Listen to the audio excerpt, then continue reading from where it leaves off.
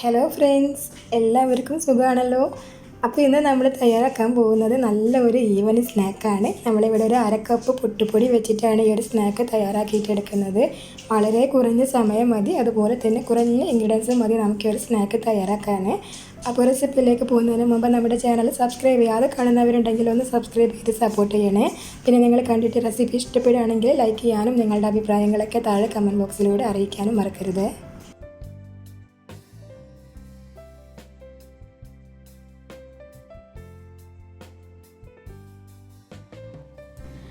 അപ്പോൾ നമ്മുടെ ഒരു സ്നാക്ക് തയ്യാറാക്കാൻ ഞാനിവിടെ എടുത്തിട്ടുള്ളത് നമ്മൾ പാക്കറ്റിലൊക്കെ വാങ്ങുന്ന പൊട്ടുപൊടിയാണ്. ഇതിപ്പോൾ നമുക്ക് ഏത് ബ്രാൻഡിൻ്റേതായാലും കുഴപ്പമൊന്നുമില്ല.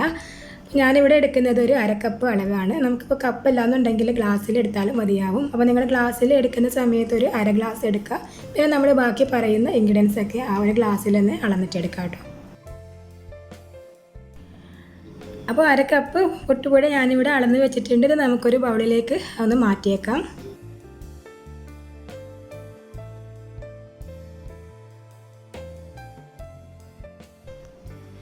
നെക്സ്റ്റ് നമുക്ക് ഇതിലോട്ട് ചേർത്ത് കൊടുക്കേണ്ടത് മൈദ ആണ്. അപ്പോൾ ഞാനിപ്പോൾ ഇതാ പുട്ടുപൊടി അളന്നെടുത്തിട്ടുള്ള സെയിം കപ്പിൽ തന്നെയാണ് മൈദ അളന്നെടുത്തിട്ടുള്ളത്.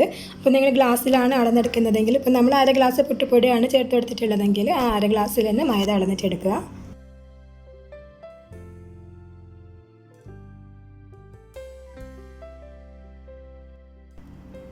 നെക്സ്റ്റ് നമുക്ക് ഇതിലോട്ട് ഒരു ഫ്ലേവറിന് വേണ്ടിയിട്ട് ഒരു അര ടീസ്പൂൺ അളവിൽ ഏലക്ക പൊടിച്ചത് ചേർത്ത് കൊടുക്കാം.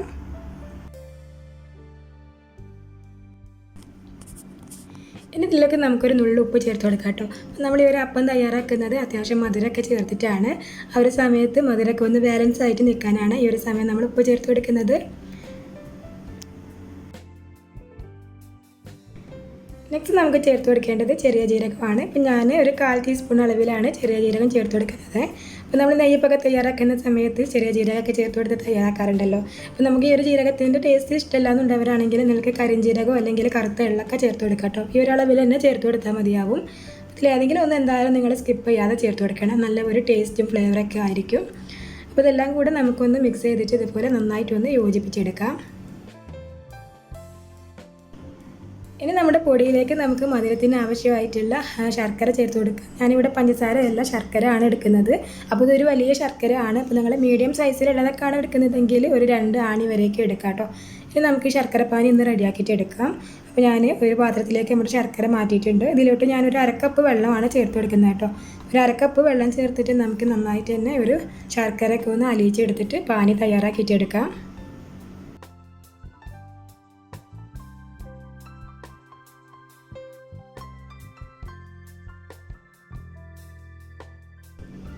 നമ്മുടെ ശർക്കരപ്പാനി ഇവിടെ റെഡി ആയിട്ടുണ്ട്. ഞാൻ ഫ്ലെയിം ഒന്ന് ഓഫാക്കുകയാണ്. നമുക്കത് തണുത്തിട്ട് വേണം പൊടിയിലേക്ക് ചേർത്ത് കൊടുക്കാൻ. ഒരിക്കലും നമ്മൾ ചൂടോട് കൂടി ചേർത്ത് കൊടുക്കരുത്. ചെറിയ ഒരു ചൂടായാലും കുഴപ്പമൊന്നുമില്ല കേട്ടോ. അപ്പോൾ ചേർത്ത് കൊടുക്കുന്ന സമയത്ത് അതിൽ പൊടികളൊക്കെ ഉണ്ടാവും. അപ്പോൾ നിങ്ങൾ അരിച്ചിട്ട് വേണം ചേർത്ത് കൊടുക്കാൻ.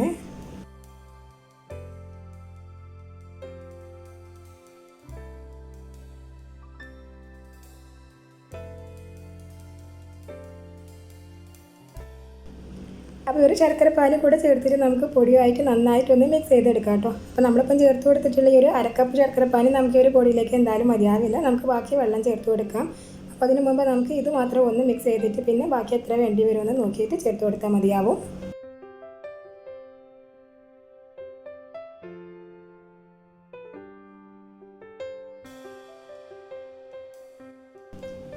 അപ്പോൾ അതിങ്ങനെ മിക്സ് ചെയ്യുന്ന സമയത്ത് നല്ല തിക്കായിട്ടാണ് ഇരിക്കുന്നത്. ഞാനൊരു അരക്കപ്പ് വെള്ളം കൂടെ ചേർത്ത് കൊടുക്കുന്നുണ്ട്. അപ്പോൾ ഈ ഒരു വെള്ളം കൂടെ ചേർത്തിട്ട് നമുക്ക് നന്നായിട്ട് വീണ്ടും ഒന്ന് മിക്സ് ചെയ്തെടുക്കാം.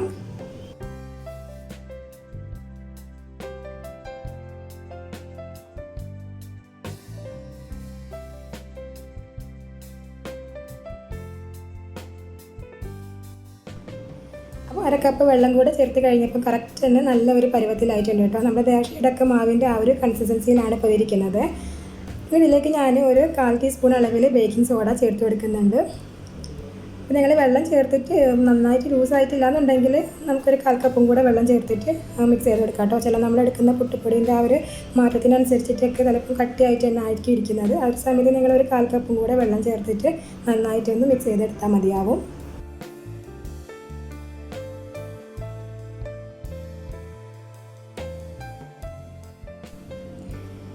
അപ്പോൾ ബേക്കിംഗ് സോഡ കൂടെ ചേർത്ത് നന്നായിട്ട് മിക്സ് ചെയ്തെടുത്ത് കഴിഞ്ഞാൽ നമുക്കിതൊരു 10 മിനിറ്റ് നേരം ഒന്ന് റെസ്റ്റ് ചെയ്യാനായിട്ട് വെക്കാം കേട്ടോ. അതിന് ശേഷമാണ് നമ്മൾ സ്നാക്ക് തയ്യാറാക്കിയിട്ട് എടുക്കുന്നത്. അപ്പോൾ ഒരു 10 മിനിറ്റ് കഴിഞ്ഞിട്ടുണ്ട്. ഞാൻ അതവിടെ മാവ് ഇപ്പം നമ്മൾ നേരത്തെ വെച്ചിട്ടുള്ള അതുപോലെ തന്നെയാണ്, ഒരുപാട് ഇങ്ങനെ കട്ടിയായിട്ടൊന്നും വന്നിട്ടില്ല. അതുകൊണ്ട് തന്നെ ഞാനിനി വെള്ളമൊന്നും ചേർത്ത് കൊടുക്കുന്നില്ല കേട്ടോ. നിങ്ങളിതുപോലെ റെസ്റ്റ് ചെയ്യാൻ വെച്ചിട്ട് മാവ് കട്ടിയായിട്ട് പോകാന്നുണ്ടെങ്കിൽ നേരത്തെ പറഞ്ഞ പോലെ ഒരു 1/4 കപ്പ് വെള്ളം ചേർത്തിട്ട് നന്നായിട്ടൊന്ന് ലൂസായിട്ട് തന്നെ എടുക്കണം കേട്ടോ. നെക്സ്റ്റ് നമുക്കിത് ഫ്രൈ ചെയ്തെടുക്കാം കേട്ടോ. അപ്പോൾ ഡീപ് ഫ്രൈ ആണ് ചെയ്യുന്നത്. അതിനാവശ്യമായിട്ടുള്ള ഓയിൽ ഞാനിപ്പോൾ ചൂടാക്കി എടുത്തിട്ടുണ്ട്. ഇതുപോലെ ഒരു കുഴിയുള്ള പാത്രം എടുക്കുന്നതാണ് നല്ലത്. ഇനി നമുക്ക് ഇതിലേക്ക് ഓരോ കയ്യിൽ വീതം കോരി ഒഴിച്ചിട്ട് നമ്മൾ നെയ്യപ്പൊക്കെ തയ്യാറാക്കുന്ന സെയിം പ്രോസസ്സ് തന്നെ നമ്മളിത് കോരി ഒഴിക്കുമ്പോൾ തന്നെ അതുപോലെ നന്നായിട്ട് ഇത് പൊന്തി വരും കേട്ടോ. പിന്നെ ഒരു സമയത്ത് നമ്മൾ മീഡിയം ഫ്ലെയിമിൽ വെച്ചിട്ടാണ് കേട്ടോ അത് ഫ്രൈ ചെയ്തെടുക്കുന്നത്. ഓയിൽ ആദ്യം നല്ല പോലെ തന്നെ ചൂടായിട്ട് പിന്നെ നമുക്ക് മീഡിയം ഫ്ലെയിമിനകത്തോട്ട് മാറ്റിയിട്ടാണ് ഫ്രൈ ചെയ്തെടുക്കേണ്ടത്.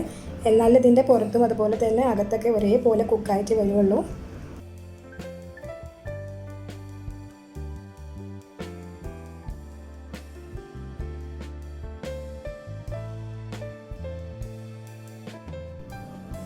അപ്പോൾ ഇതാ ഒരു സൈഡ് ഇപ്പോൾ നന്നായിട്ട് തന്നെ കുക്കായിട്ടുണ്ട് കേട്ടോ. ഞാൻ മറിച്ചിട്ട് കൊടുക്കുകയാണ്. മറ്റേ സൈഡും കൂടെ നമുക്കൊന്ന് വേവിച്ചിട്ടെടുക്കാം.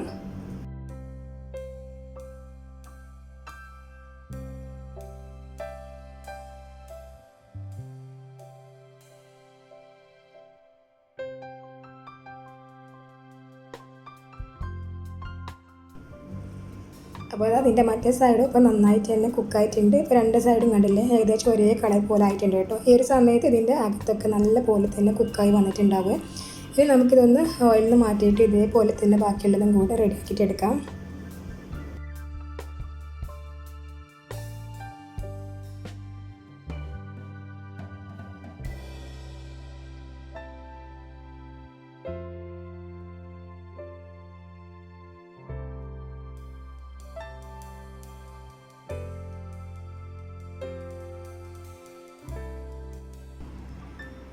അപ്പോൾ വളരെ എളുപ്പത്തിൽ നമുക്ക് പുട്ടുപൊടി കൊണ്ട് തയ്യാറാക്കാൻ പറ്റിയിട്ടുള്ള നല്ല ഒരു അടിപൊളി സ്നാക്കാണ് കേട്ടോ. നെയ്യപ്പൊക്കെ ഇഷ്ടമുള്ളവരാണെന്നുണ്ടെങ്കിൽ എന്തായാലും ഒന്ന് ട്രൈ ചെയ്ത് നോക്കൂ.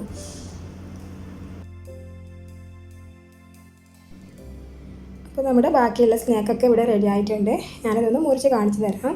അപ്പോൾ കണ്ടില്ലേ ഇതിൻ്റെ ഉള്ളിൽ നല്ല സോഫ്റ്റാണ്, നല്ല തരി ആയിട്ടാണ് ഇതിരിക്കുന്നത്. അപ്പോൾ എല്ലാവരും ഒന്ന് ട്രൈ ചെയ്ത് നോക്കുക കേട്ടോ. നെയ്യപ്പൊക്കെ കഴിക്കാൻ ഇഷ്ടമുള്ളവരാണെങ്കിൽ എന്തായാലും നിങ്ങൾക്ക് ഇഷ്ടപ്പെടുന്ന ഒരു സ്നാക്കാണ്.